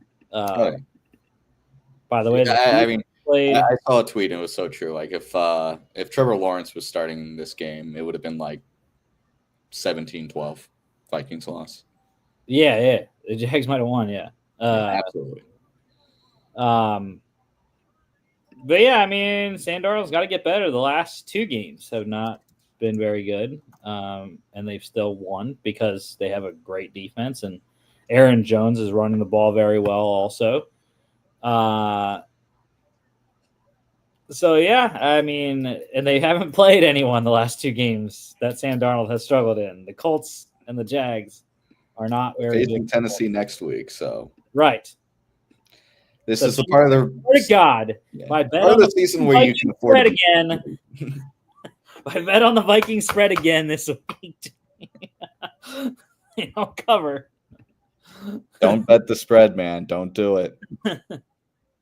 Luckily, I bet money line in one of them, and it won. So it was plus minus 350 or something like that. Ridiculous.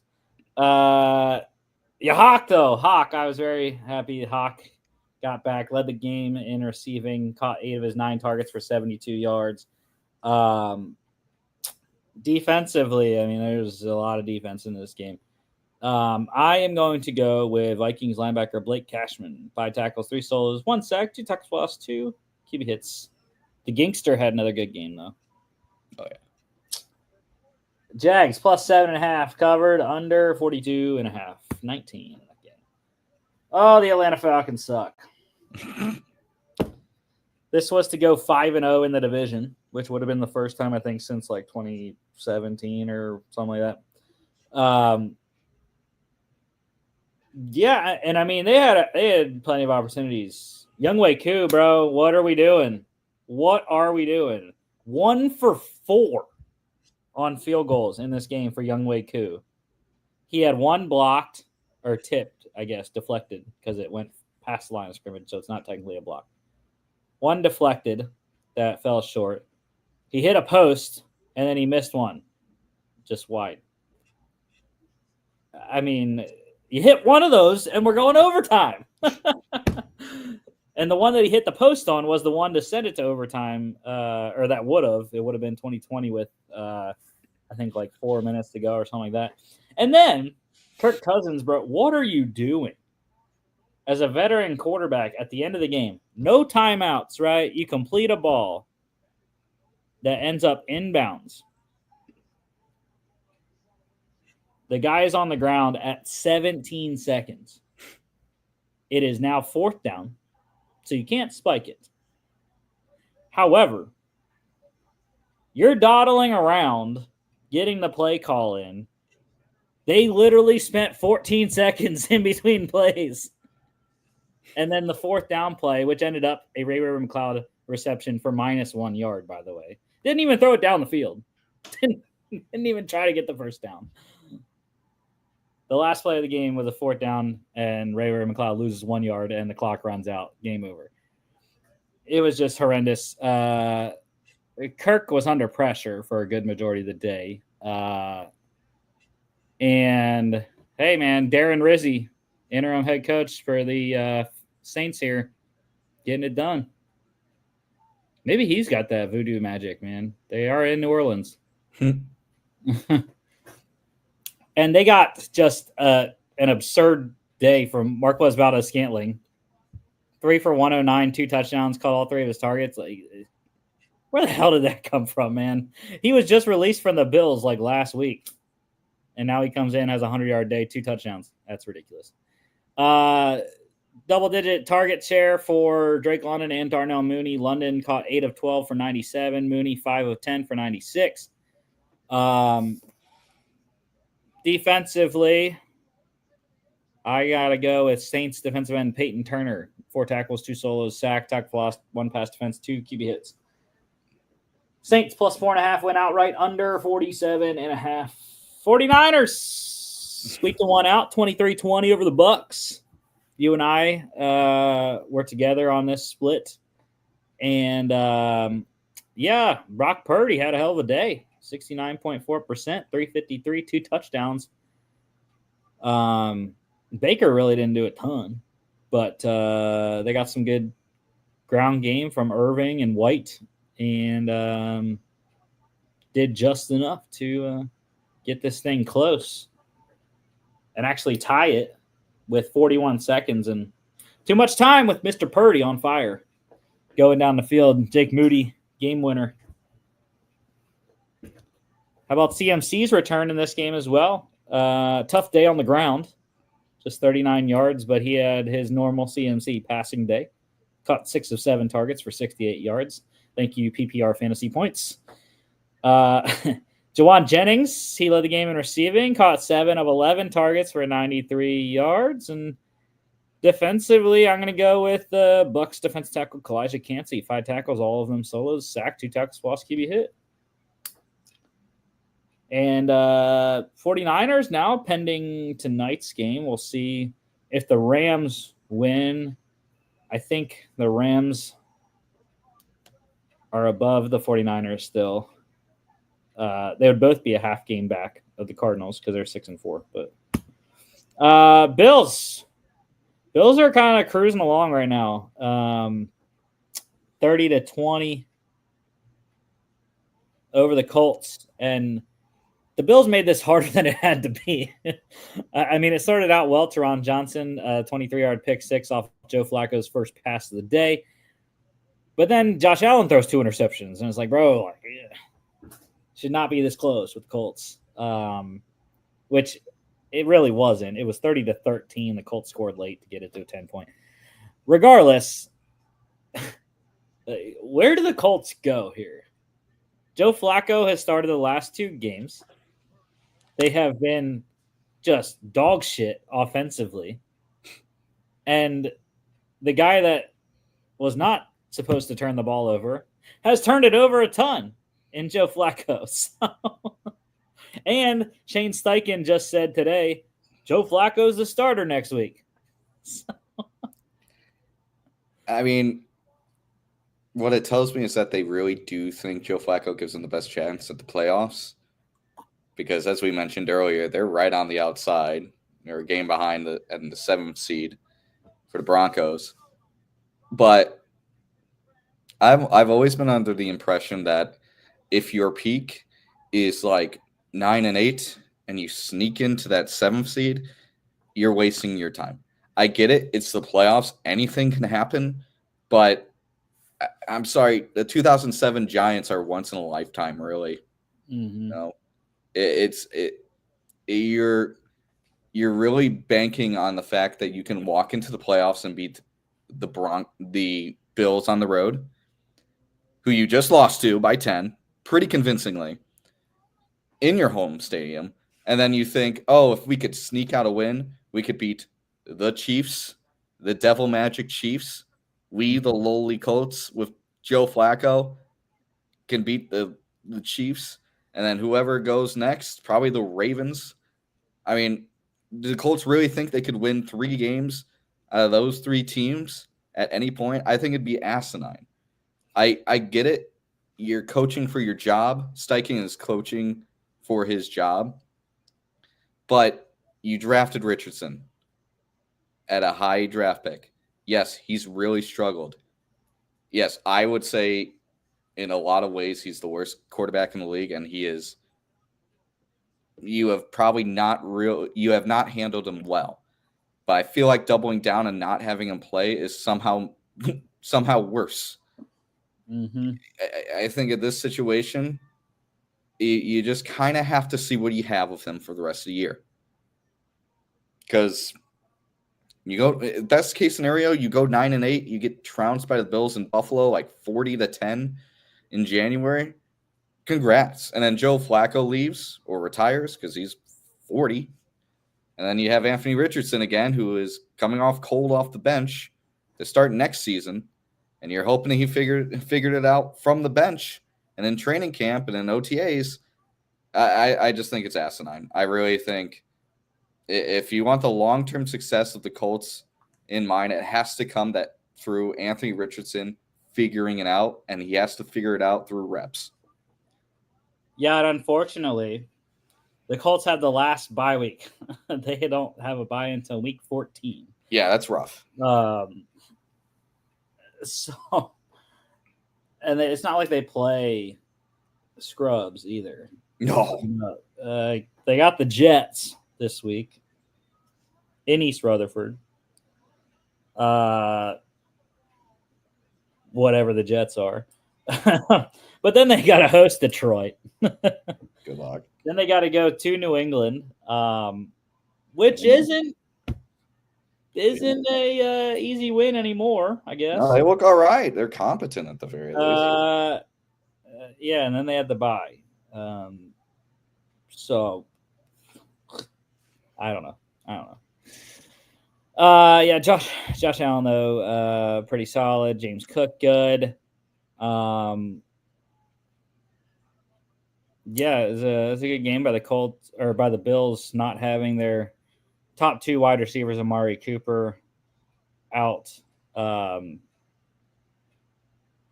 just their top wide receiver, I should say. Oh no, top 2. Yeah, Keon Coleman also out in this game. Dalton Kincaid got hurt in this one as well. Defensively, it's the guy I mentioned first, Teron Johnson. I mean, 3 tackles, all of them solos, sack, tackle for loss, 2 pass deflections, 1 QB hit, and a 23-yard pick 6. Bills minus 4.5 covered over 46.5. Mention the Patriots here, 19-3 over the Bears. There are, just like I said with the Giants, rumblings. Caleb Williams is still the starter. The rumblings are not about the quarterback. It's about John's favorite person, Shane Waldron. the offensive coordinator. There are rumors that he might get demoted and or fired. So we will see if Coach Flus says that or not. But yeah. Yeah, and remember when this Bears team was 4-2? Remember when the NFC North was considered the juggernaut division and everyone had a winning record? Yikes. Yeah, now it's just the 3/4 juggernaut division. You know what? Packers kind of giving people a reason to worry. Yeah, but they didn't play this week, so yeah. So nothing to report on that end. But again, it's sort of like the Panthers. Drake May, man, like he's playing all right. You know, not a lot of yards, but he's playing good football. Did have an interception in this game, but they played well enough last week to beat the Titans. Lost in overtime. Which he brought them back to tie that game, get to overtime. And then, played good in this one. Complimentary football. The defense is playing pretty solid, and he's doing the best with what he has in the leading receiver as Austin Hooper. Yeah, and the thing is with the Bears, I mean, sure, it's like only 19 points. You think like, oh, shouldn't they score a lot more? Bears defense is really solid. Yeah. Like they've been solid for a while. This team has always prided itself on its defense. So, I mean, a rookie QB getting 19, it ain't bad. Yeah, the sack numbers were pretty ridiculous in this game. Patriots, about 9 sacks, 13 tackles for loss. The crazy thing is the entire Patriots team came into this game with 16 total sacks on the season. Yeah, in 9 games, they had 16 sacks. Now they have 25. The Bears' offensive line, man, has been... Yeah, they had a lot of injuries. And crazy. Yeah, they had a lot of injuries, and they had more injuries this game. But like I heard someone say, I think might have been Daniel Jeremiah, Caleb is holding the ball. He's not, he's not getting it out as quickly as he was. And that is not helping when, the offensive line is not protecting. It's kind of a thing that goes hand in hand there. So yeah, and you know what? That's the same issue Fields had. So this is systematic at this point. Fields also had that issue where he just held onto the ball and just stood still.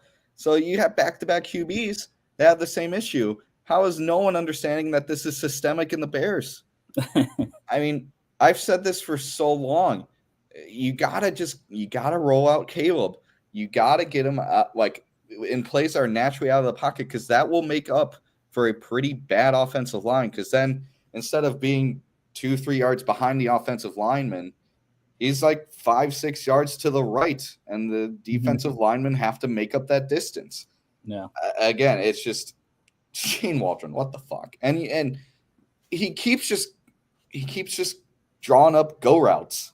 He only knows go routes. He doesn't know in-cutting routes. He doesn't know comeback routes. He doesn't try to split defenders by having crossing routes. He's just so boring. Yeah. And I'm sorry, but you can't do that with this offensive wide receiver core. The only wide receiver that could really do that is maybe DJ Moore, but Keenan Allen is not fast enough to do that. Rome Odunze was always known for yak when he was at Washington. What are we doing here? I don't know. Well, his teammate scored a touchdown. Jalen Polk, 2-yard score on his only target, the Patriots' second-round pick. Defensively, there was a lot. Like I said, 9 sacks for the Patriots. I'm going to go with the guy that had 2 of them, linebacker Anthony Jennings, 4 tackles, all of them solos. 2 sacks, 2 tackles lost, 3 QB hits. Dietrich Wise, my honorable mention. Mm-hmm. Patriots plus 6.5 win outright, under 37.5. Chargers, who's got it better than us, baby? Nobody. Jim Harbaugh. See, I like saying it now that he's not at Michigan. Same. It's actually kind of endearing. Chargers, baby. They're going, man. 27-17 over the Titans. Because the Titans suck. Will Levis great. Keep putting Will Levis out there, Brian Callahan. I love to see it. Ironically, he was the only good part of the Titans game. Yeah, he actually didn't play bad. He actually played well. That's the crazy part. I mean, he was ultra efficient, just not a lot of yards, did throw 2 scores and ran for 41 yards. So he was actually pretty solid. It's just the Chargers defense, dude. Jesse Minter, the decision to get Minter to come with Harbaugh from Michigan was just outstanding. I mean, this Chargers team, I saw a stat today on Twitter. They have held every single opponent this year to under 20 points. That's ridiculous defense. It's working complementary with the front 7 and the secondary. Derwin James is having a hell of a season, as is Khalil Mack and Joey Bosa. Tuli Pelotu there. You can see Bud Dupree had a hell of a game in this one. Deion Henley, tackling machine out there. So, yeah, I mean, the Chargers are rolling. Justin Herbert was efficient, 77.8%, threw a touchdown, ran for a touchdown. Herbs is feeling it right now, and I feel so much better that I just traded away J.K. Dobbins and Gus Edwards was the leading Chargers rusher in this game. Boom! Got him. Smarter, not harder, my friend. Got him. Unfortunately, Kirk Cousins sucked, but I still won. Still won this week because of your guy, Mr. Hawkinson. Yes, sir. 15.2 points. Yeah, the Gus Bus was back off IR for this game. He had a good game. How about Calvin Ridley, man? DeAndre who, man? Calvin's having a great year the last couple of games without DeAndre Hopkins on the field. 5 for 84, 2 touchdowns on 9 targets. Doesn't matter. He is like DeAndre Hopkins, though, where it's like the quarterback be damned. I'm going to catch the ball and score touchdowns. Yeah, like I said, my defensive player of the game it's tough. Bud Dupree, Tuli Pelotu both had excellent. I'm going to go with Tuli, though. He had 1 more quarterback hit. That's why. 5 tackles, 3 solos, 2 sacks, 2 tackles for loss, 3 QB hits. Like I said, those bottom 3, though, for LA were outstanding. Chargers -8.5 covered, over 40.5. Go Birds, 34-6. Demolition in Dallas, 34-6. I enjoyed this game thoroughly. And I also enjoyed waking up to tweets about Micah Parsons' comments about Mike McCarthy today. Saying he can go anywhere he wants. And he also said about how Zach Martin and some of the other veterans have put in a hell of a lot more work than Mike McCarthy has. So I love it. I love watching the Cowboys self-destruct. And they showed Stephen Jones in the box during the game yesterday as well. And he had just the blankets there on his face. And yeah, it was a great game overall. Jalen Hurts turned the ball over twice, which wasn't great for the first time in 6 weeks, or since week 6, whatever it was. But it didn't matter. I mean, this offense is rolling. They added back Dallas Goedert in this game. He scored a touchdown. A.J. Brown had a 100-yard day. The only thing that didn't go well, Saquon, but, it was tough running the ball with Micah Parsons back on the defense. And DeMarvion Overshown also played very well for Dallas. So other than that, I don't know. It was a great day. And question is, who starts for the Cowboys next week? I say Trey Lance. I mean, he didn't play that great either. I mean, he came in. Yeah, I mean, but he came in during a fucking, just awful situation. I think you trade for Trey Lance, you should just let him start. I think who Cooper Rush is, and he's not impressive at all. Just see what Lance has. Who are the Cowboys facing next week? I don't think you want to know. Oh God, is it? It is. It is Monday Night Football in Dallas. Okay. Against the Texans. Ooh, well, I mean, Texans haven't been great lately, so especially their defense. Yeah, defense last night though. In the second half, I know they lost, but still. Second half, it wasn't great. Well, that's okay. They were playing the best team in the NFC. We'll see. And then they go. Then they go to Washington after that. Maybe wait until Thanksgiving when you face the Giants. God, the Thanksgiving slate is horrendous this year. I can't wait to talk about that when we get there.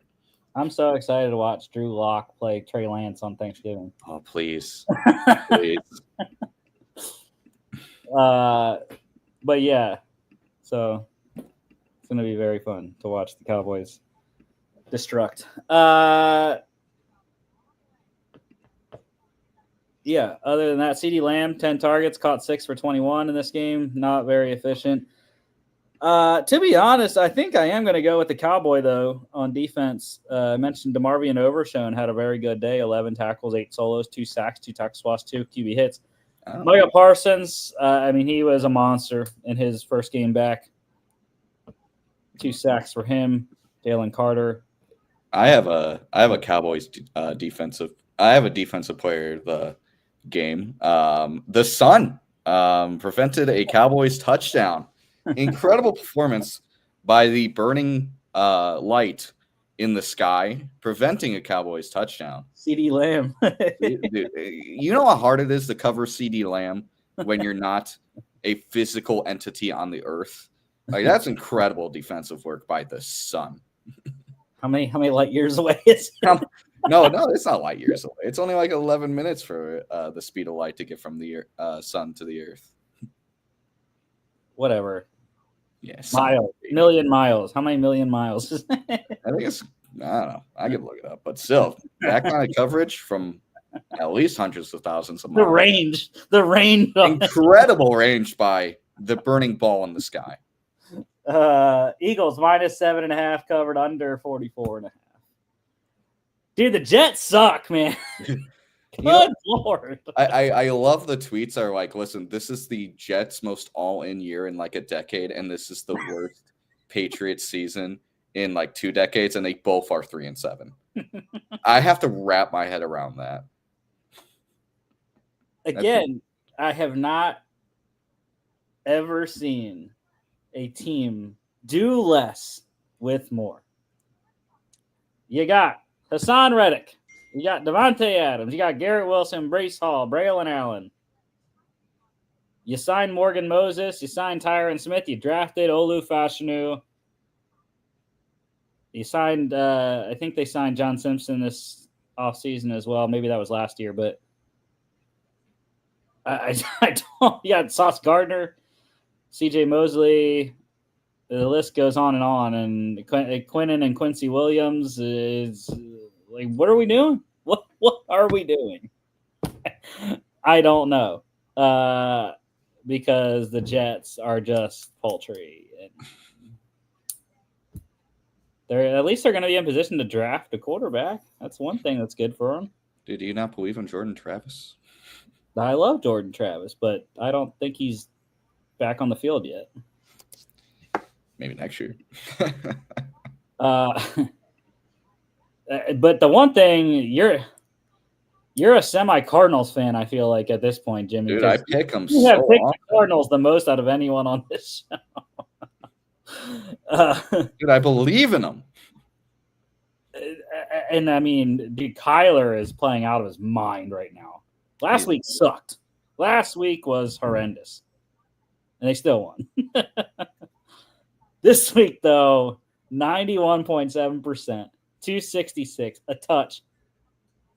Really low rushing numbers, but he ran 2 touchdowns in. It was a great showing. The 1 week I benched him for Tua. 1 week. It's okay. Thank you, Mr. Luna, for not setting your lineup. How about Trey Benson leading the game in rushing, 62 yards, the rookie, second rounder, getting some work, taking some load off of James Conner, who did score a touchdown again. And big workload for Devontae Adams, 13 targets, but only caught 6 for 31. And defensively, Cardinals safety Budda Baker, 9 tackles, 6 solos, sack, 3 tackle swaps, pass defense, and 1 QB hit. Got to get props, though, Jamie and Sherwood for the Jets. 17 tackles for that man.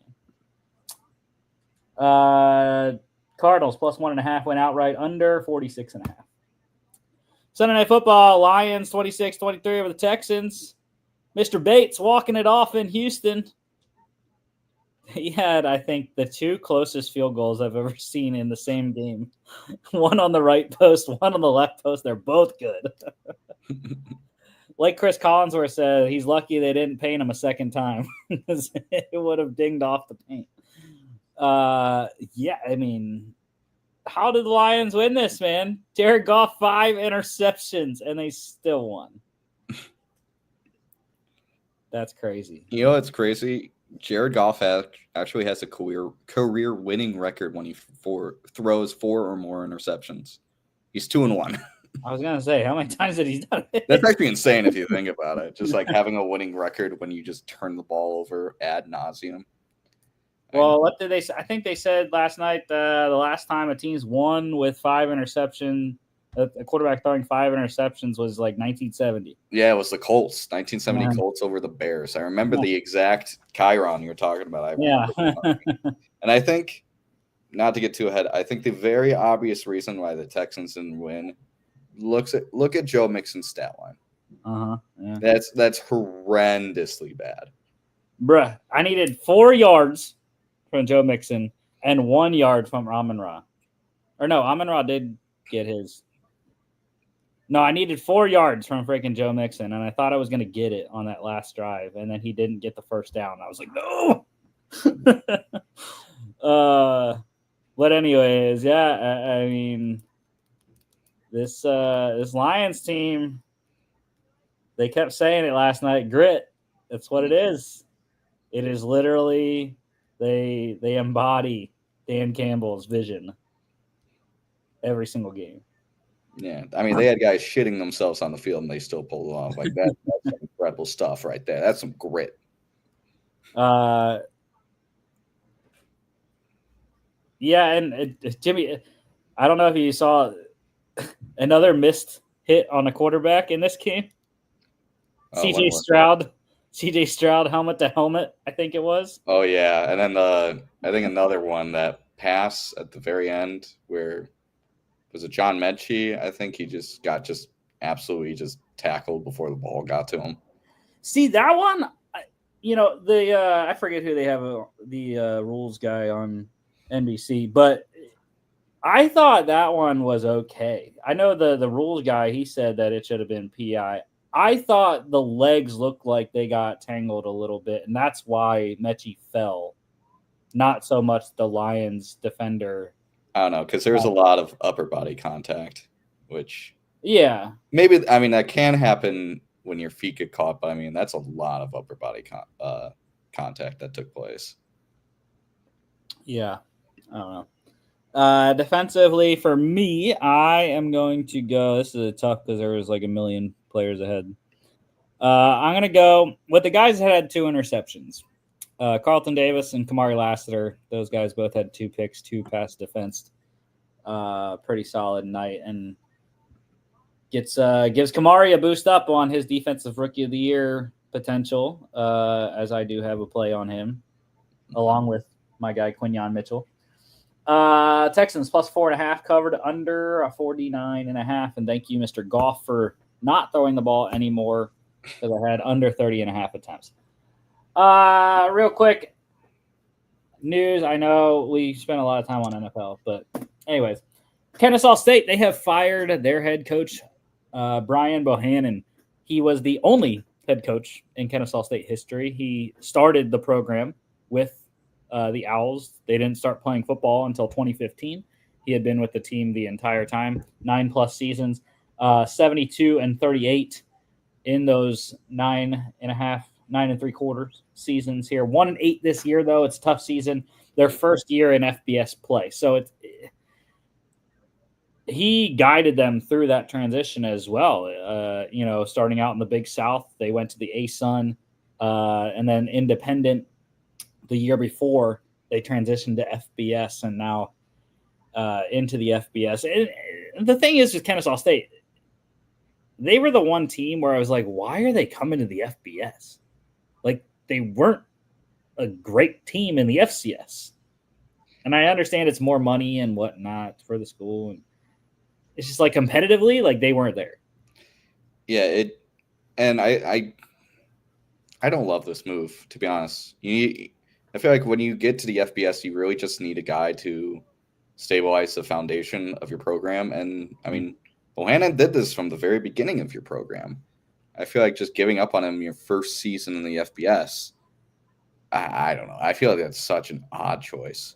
I feel like this is a guy you needed to give like 3 years to just be like, hey, it's going to suck because we're going to be playing teams that are really good. We're going to be, a 3-win a season team max. But like giving up now, right when you get in the FBS, I don't like this choice. Yeah, and he had success in the FCS. 4 FCS playoff appearances, 3-time Big South Conference champion. So just hasn't had recent success at all the last 3 or 4 years. Into NFL news here. IR return, I mentioned Chargers running back Gus Edwards played well in his first game back for LA. Also, Bills activating or opening the practice window for linebacker Matt Milano. So possibly big return coming for the Bills defense. He is listed as out this week. Sean McDermott already said he is not going to play against the Chiefs. A couple guys going on IR. Saints wide receiver Chris Olave with a concussion, maybe out for the season potentially. He's getting some second evaluations. Actually, I put this in the wrong.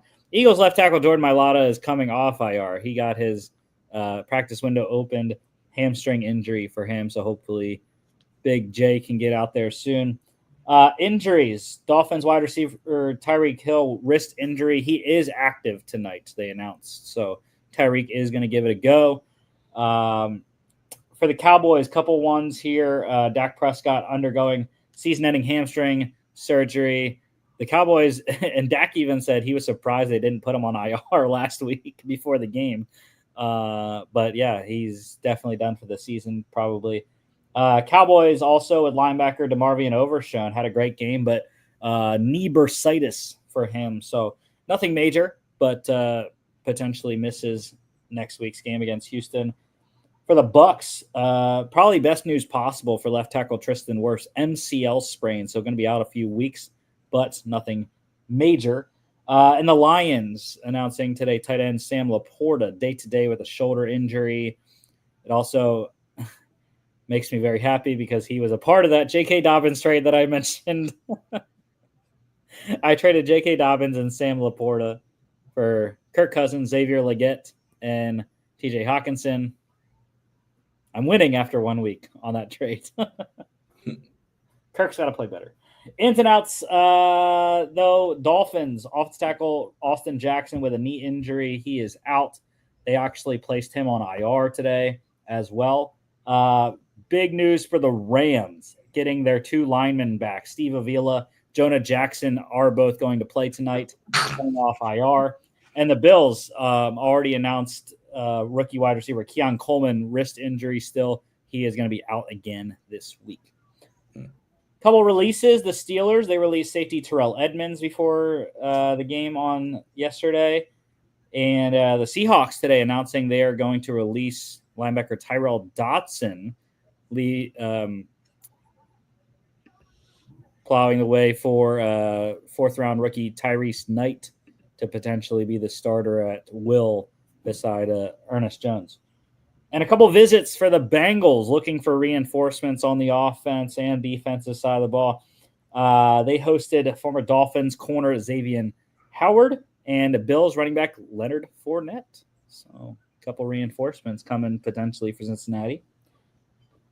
College football preview. We got 7 games during the week here. Maction coming back here.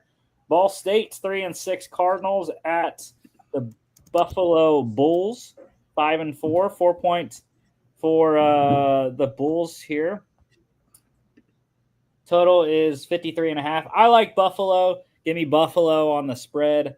And I'm going to go with the under. I think the Bulls defense shuts Caden Samanza and that Ball State offense down. 7 p.m. CBS Sportsnet. second game tomorrow, Western Michigan 5-4 at Bowling Green 5-4. The Falcons are 8.5-point favorites. I'm going Western plus 8.5. I like that. I think it's going to be a closer game. One score. It's going to be within a one-score game here, I think, even in a tough road game. But total is 58.5. I kind of lean on the over. I think there could be some points in that one. 7 p.m. ESPN 2. And then the last one tomorrow, Central Michigan 3-6 at Toledo 6-3. The Rockets are getting 14.5 at home. I would lean on Central Michigan on the spread. I don't put it past Toledo to blow them out completely, but I do kind of lean Central Michigan plus 14.5, despite all the quarterback issues that the Chippewas are having. Total is 50.5. I would like the over in that game. 7 p.m. ESPNU. And then Wednesday we have a triple header, Maction as well. Kent State. Will the Golden Flashes get a win? They are 0-9. They're at the Miami, Ohio Redhawks. 5-4 for them. This is just crazy. 30.5 for Miami in this game. That's great. We are in week 12. This is ridiculous that we're getting 30.5-point spreads. I'm not looking at it at all. I would lean Kent State plus 30.5. They lost 41-0 against Ohio last week, so I don't know. Total is 45.5. I would lean on the over. 7 p.m. ESPNU. Akron, the 2-7 Zips at Northern Illinois 5-4. Rusty's Huskies is back. 15.5 for NIU. I would lean on that spread. I kind of like the Huskies to cover that. 46.5 is the total. I lean on the under. 7 p.m. CBS Sportsnet. Eastern Michigan 5-4 at Ohio 6-3. The Bobcats getting 8.5 at home here. I like Eastern in that one, plus 8.5. I think it should be a close game, one score affair. Total is 49.5. I'm leaning on the under in that game. 7 p.m. ESPN2. And then we have one on Thursday, AAC action, Eastern Carolina. The Pirates are getting 14 on the road at Tulsa. The Golden Hurricanes 3-6. I like ECU from what I saw last week. They completely demolished FAU. I would not put it past Caton Hauser and that Pirate offense. Dealing with an interim head coach, by the way. They've won, I believe, both of the games that the interim head coach has been a part of. So looking for 3 in a row, I think, for ECU here. And I think they'll get it done and cover that 14 2-touchdown spread. 61.5 is the total. I like the over. 7:30 on ESPN. Let's go to the pick standings here. Jimmy, you lost the lead. Logan by himself up top. Again, no one has won a lone wolf on the Monday show yet. That was so close. You had the Bengals. I had the Bengals, man. I was a 2-point conversion away. And everyone else, and everyone had the Chiefs on Monday last week. So we got the win there. And then, like I said, you were the only loss, the Bengals on Thursday. So you are now 1 game back of Logan. John is still 3 back. I am still a paltry 5 back. I am over 500 though now, so we're good. We got to stay over 500. All right, tonight, Dolphins at the Rams. It's a LA logo straight across here, 2.5 for the Rams, and I like it. I like the Rams to cover here.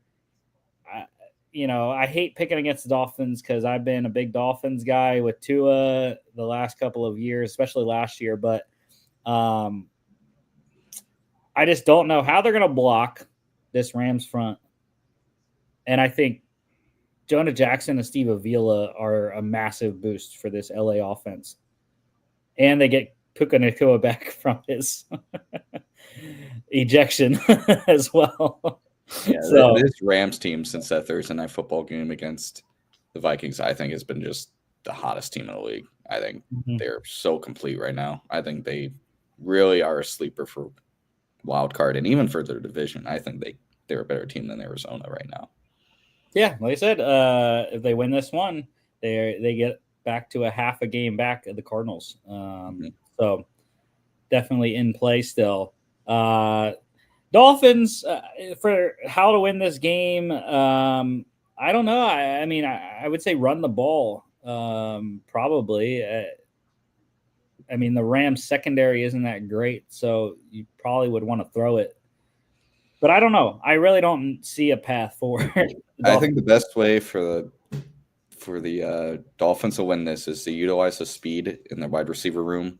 Mm-hmm. Tyreek Hill and Jalen Waddle. You got to do quick in-seam passes, quick screens to your speed, and just hope once you get past the defensive lineman that you can just have these guys pick up huge chunks of yards against this defensive backfield.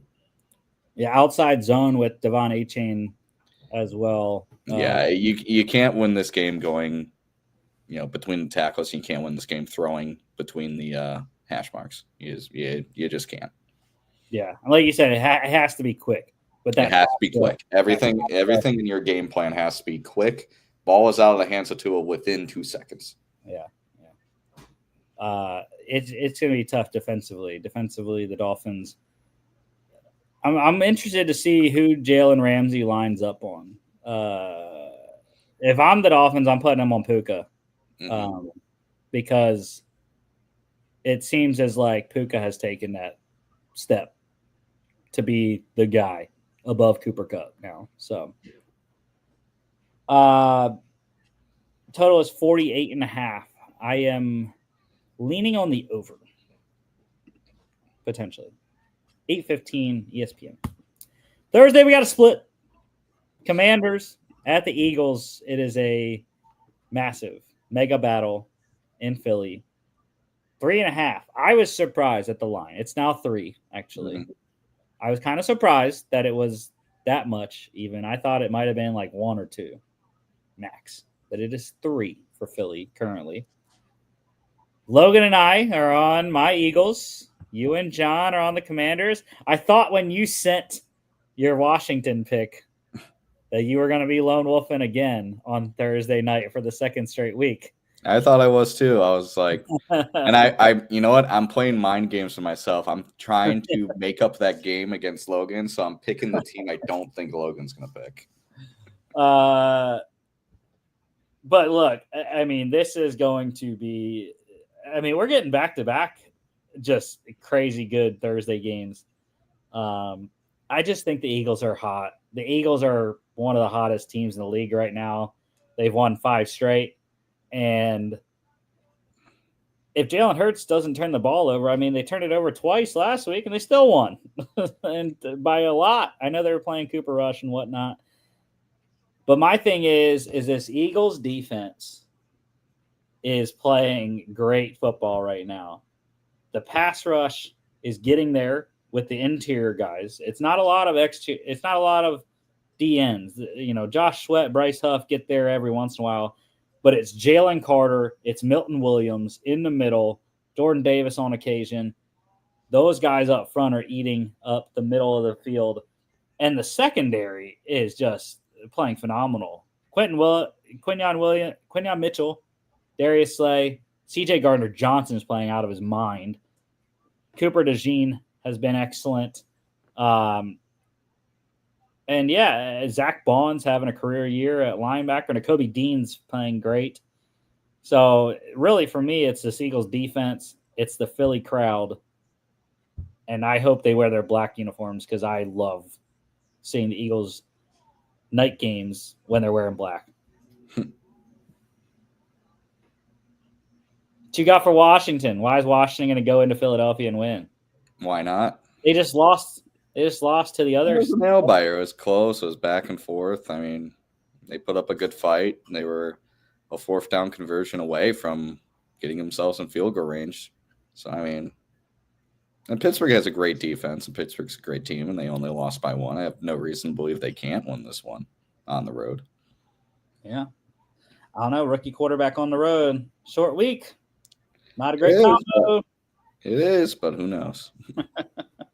Total is 48.5 as well. I'm going with the over. 8:15 Prime Video. Next week, week 12, week 11 closer. That game we talked about, Texans at the Cowboys, Monday Night Football. Going to be an excellent game. Going to love watching that one. in Dallas. The Week 12 opener, we got another divisional showdown. Browns hosting the Steelers. Jameis Winston's still the starting quarterback for now, for this week for Cleveland. So we'll see if he is the starting quarterback again in that one, depending on how the Browns play. So, yeah. Don't forget to follow us on all our social media at FAA Podcast on Instagram and X. FAApodcast.com is our website. You can check us out here on X, Instagram, YouTube, Facebook, as well as Spotify, Apple Podcasts, iHeartRadio. And we will see y'all back on Friday.